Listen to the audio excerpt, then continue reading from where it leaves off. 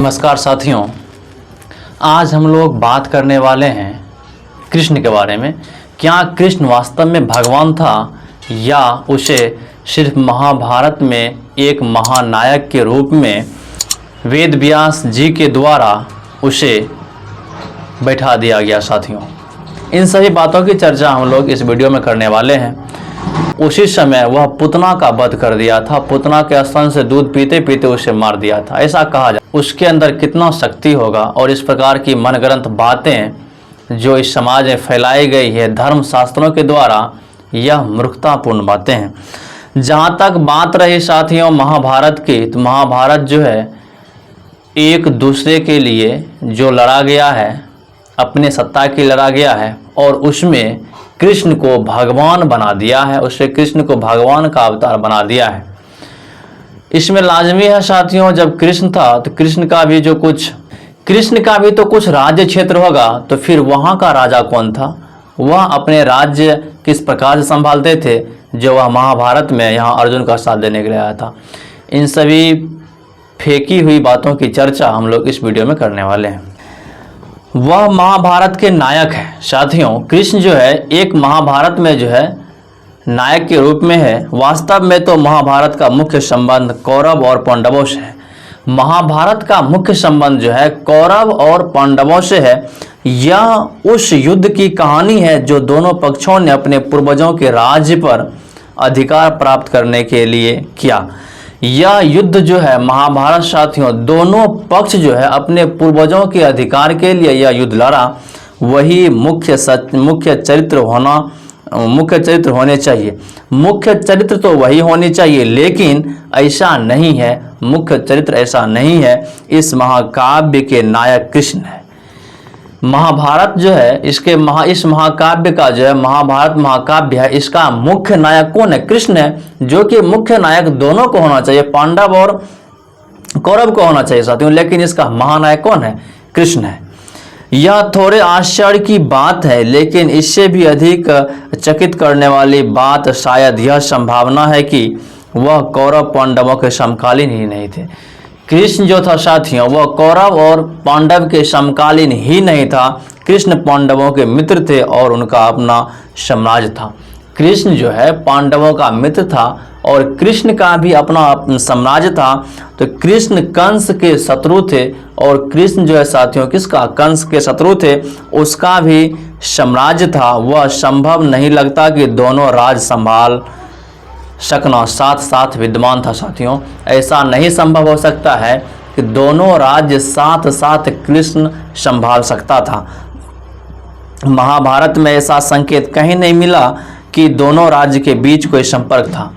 महाभारत में कोई ऐसा संदेश नहीं दिया गया है। दोनों राज्यों के बीच में क्या था? संपर्क था। बाद में कृष्ण को इस नाटक में और बड़ी भूमिका देने के लिए कृष्ण और पांडवों की कहानियों को मिश्रित कर दिया गया। बाद में साथियों कृष्ण की जो है नाटक जो है उसमें कृष्ण की बहुत बड़ी भूमिका देने के लिए साथियों कृष्ण को पांडवों के साथ कहानियों में मिश्रित कर दिया गया। इन दोनों कहानियों को जोड़ने का करिश्मा व्यास का था। इन दोनों कहानियों को जोड़ने का जो करिश्मा था, यह करिश्मा व्यास का था, जिसमें कृष्ण को गौरवान्वित करने के लिए उन्हें सबसे ऊपर बैठा दिया गया। जिसमें कृष्ण को गौरवान्वित करने के लिए उसे सबसे ऊपर बैठा दिया गया। व्यास ने कृष्ण को मानवों में देवता बना दिया। व्यास जो है कृष्ण को मानवों का देवता बना दिया। इसी कारण उन्हें महाभारत का नायक बना दिया गया साथियों। इसी कारण उसे महाभारत का नायक भी बना दिया गया। क्या कृष्ण सचमुच भगवान कहलाने योग्य है? क्या सचमुच जो है कृष्ण भगवान कहलाने योग्य है? उनकी संक्षिप्त जीवनी से इस सवाल का जवाब मिल जाएगा।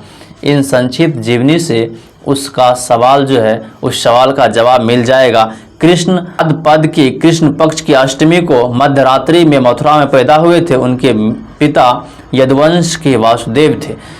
कृष्ण का जो जन्म हुआ था भाद्र पक्ष की कृष्ण पक्ष की अष्टमी के मध्य रात्रि में हुआ था। उसका पिता जो है यदुवंश के वासुदेव थे। उन देवक की पुत्री देवकी थी जो मथुरा के राजा उग्रसेन का भाई था। उनकी माता का नाम जो था साथियों, उनकी माता जो है देवक की पुत्री कौन थी? देवकी थी, जो मथुरा के राजा उग्रसेन का भाई था। जो मथुरा का राजा कौन? उग्रसेन जो था उसका भाई था। उग्रसेन की पत्नी शोभराज द्रुमिल दानव के साथ अवैध संबंध थे। उसके बाद साथियों जो उग्रसेन की जो पत्नी थी शोभराज, उसकी जो है द्रुमिल दानव के साथ अवैध संबंध था। उसी का जारज पुत्र कंस था। उसी का जारज बोल सकते हैं या नाजायज बोल सकते हैं। उसी का पुत्र कौन था? कंस था। एक प्रकार से वह देवकी का भाई भी था साथियों। कंस जो है देवकी का भाई भी था। कंस ने उग्रसेन को बंदी बनाकर राज पर अधिकार कर लिया।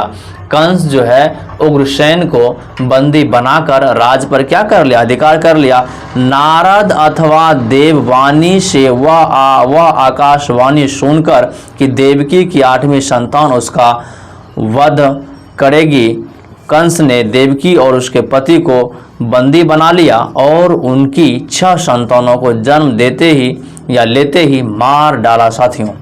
नारद जो है साथियों, नारद अथवा देववाणी से आकाशवाणी हुआ कि देवकी की 8वीं संतान, देवकी से जो उत्पन्न 8वीं संतान होगा वह किसका वध करेगा? वह कंस का वध करेगा। इसलिए साथियों कंस जो है देवकी को और उसके पति को जो है बंदी बना लिया साथियों। 7वीं संतान को देवकी के गर्भ से वासुदेव की दूसरी रानी रोहिणी के गर्भ में चमत्कारी ढंग से पहुंचा दिया गया, जो बलराम कहलाया। साथियों इसका जो है देवकी का और वासुदेव का जो छठा पुत्र था, छठों पुत्र की हत्या करवा दिया गया। उसके बाद इसका जो 7वां पुत्र था जो जिसका नाम बलराम था, उसको जो है देवकी के अंदर जो गर्भ हुआ था उसके गर्भ से एक चमत्कारिक ढंग से अपनी दूसरी पत्नी रोहिणी के गर्भ में उसे स्थानांतरित करवा दिया। अब बताइए साथियों, एक महिला के गर्भ से दूसरे महिला के गर्भ में एक चमत्कार, उसमें भी क्या चमत्कार के माध्यम से उसको स्थानांतरित करवा दिया। जब 8वीं संतान कृष्ण ने जन्म लिया तो उनके पिता उन्हें चुपके से व्रज में ले गए जहां नंद और यशोदा रहते थे। जब 8वां संतान हुआ तो साथियों वासुदेव जो है वो जो है कृष्ण को कहाँ लेके चल गया? वज्र में करके साथियों वो कहाँ लेके चल गया? यशोदा के पास लेके चल गया। देवकी बालक को पाकर पहुंचाने के लिए यमुना का पानी उतर गया। देवकी बालक जो है को पार पहुंचाने के लिए यमुना का पानी जो है उतर गया। नागराज अनंत ने अपना फन फैलाकर वर्षा से उनकी रक्षा की।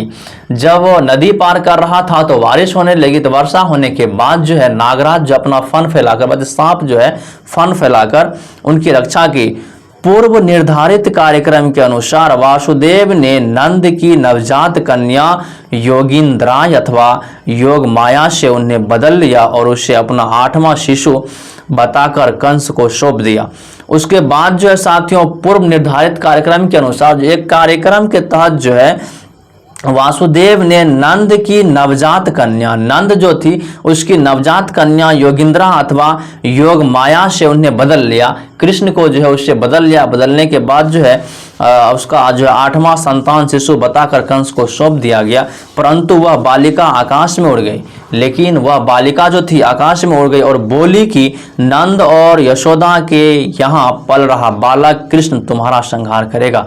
वह बोली, उड़ते हुए बोली कि यशोदा के यहाँ पल रहा बालक कृष्ण है जो तुम्हारा क्या करेगा? संहार करेगा। इसके बाद कंस ने बालक कृष्ण की हत्या की लगातार कोशिशें की जो कामयाब नहीं हुए। उसके बाद कंस जो है कृष्ण की लगातार हत्या करने के लिए कोशिश किया जो कि साथियों सफल नहीं हुआ।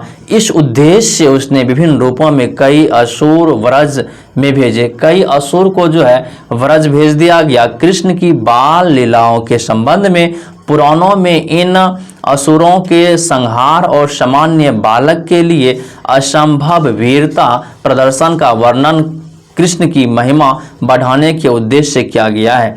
साथियों कृष्ण की जो बाल्य लीलाएं हैं उसके बाद साथियों और उसके संबंध में पुराणों में इन असुरों के संहार और सामान्य बालक के लिए असंभव वीरता प्रदर्शन का वर्णन कृष्ण की महिमा बढ़ाने के उद्देश्य से किया गया। इनमें कुछ का महाभारत में भी उल्लेख है। इसमें जो साथियों कुछ का महाभारत में भी उल्लेख है। जैसा कि आशा की जा सकती है, विद्वान इन वर्णों से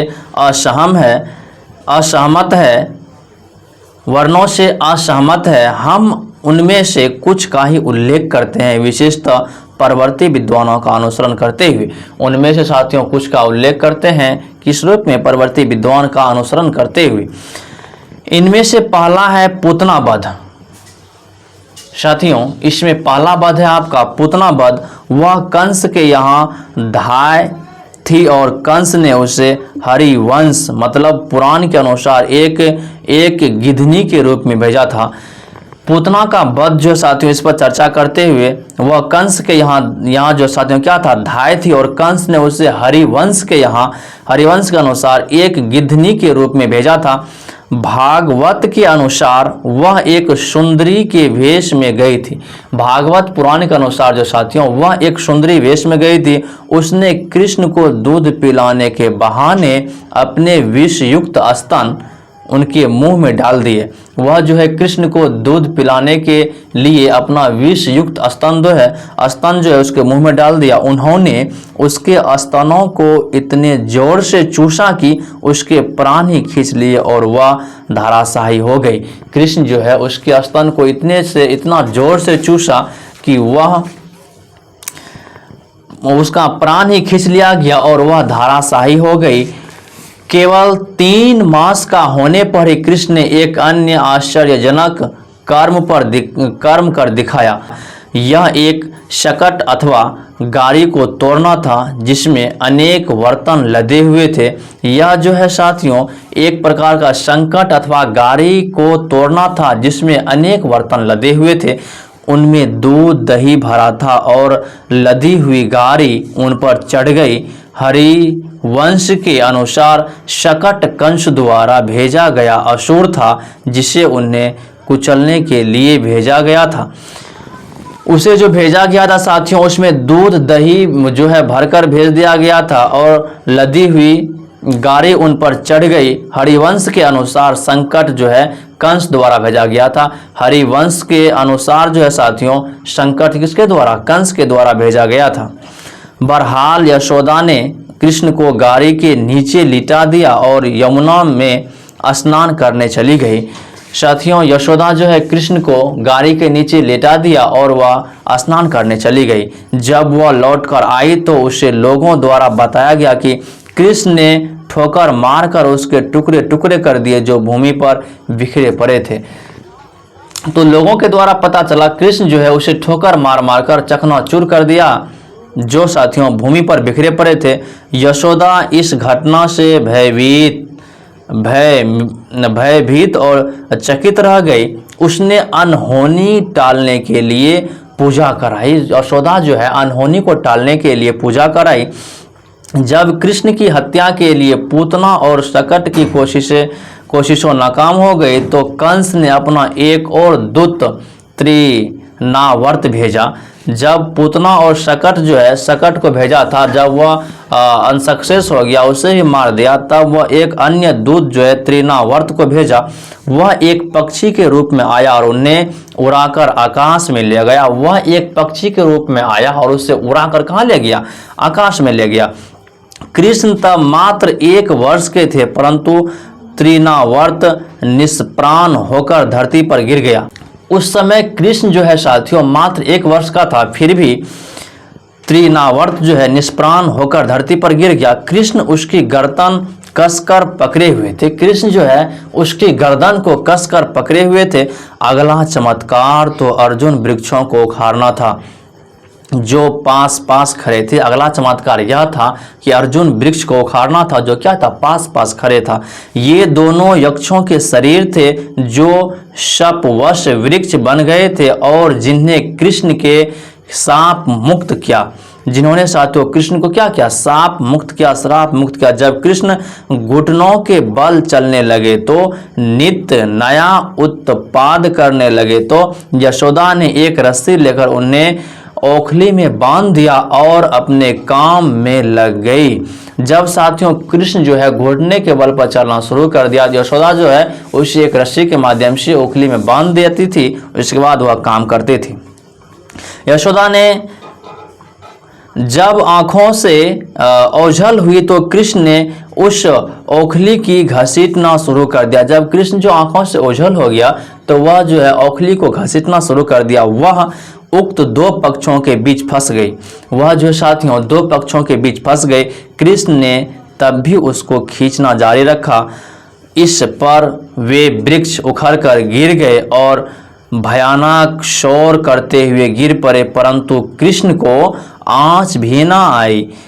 साथियों वह जो अर्जुन वृक्ष था, दो वृक्ष जो है जब कृष्ण को उखली में बांध दिया गया था तो उखली को खींचते हुए जो उखली जो फंस गई थी कहाँ, दोनों वृक्ष के बीच में, उसके बाद जो खींचने के बाद दोनों वृक्ष उखड़ गया, जिससे साथियों कृष्ण को कोई क्षति नहीं हुआ। यह सब देखकर नंद भयभीत हो गए और ब्रज छोड़कर कहीं दूसरी जगह जाने का विचार करने लगे। जब वह विचार कर रहे थे भेड़ियों ने आतंक मचा दिया। जब वह विचार कर रहे थे तो साथियों भेड़ियों जो है आतंक मचा दिया। वे पशुओं को उठाकर ले जाते थे। भेड़िया जो है पशुओं को उठाकर ले जाते थे। उन्होंने पूरी व्यवस्था और सुरक्षा का माहौल बना दिया। इससे उन खानाबदोशों ने ब्रज छोड़ने का इरादा कर लिया और वे सुंदर स्थान वृंदावन में चले गए। तब कृष्ण मात्र 7 वर्ष के थे। साथियों जब वहाँ से आतंक मचाने लगा भेड़ियों ने, तब वहाँ से छोड़कर कहाँ चला गया, तब वहाँ से छोड़कर वृंदावन चला गया। तब कृष्ण मात्र कितना वर्ष का था, 7 वर्ष का था साथियों। अब उसके बाद हम लोग साथियों नेक्स्ट वीडियो में चर्चा करेंगे कि कृष्ण के द्वारा जो है अनेक असुरों का संहार कैसे किया गया। तो मिलते हैं फिर नेक्स्ट वीडियो में। जय भीम, जय संविधान, नमो बुद्धाय, जय हिंद, जय मूल्य।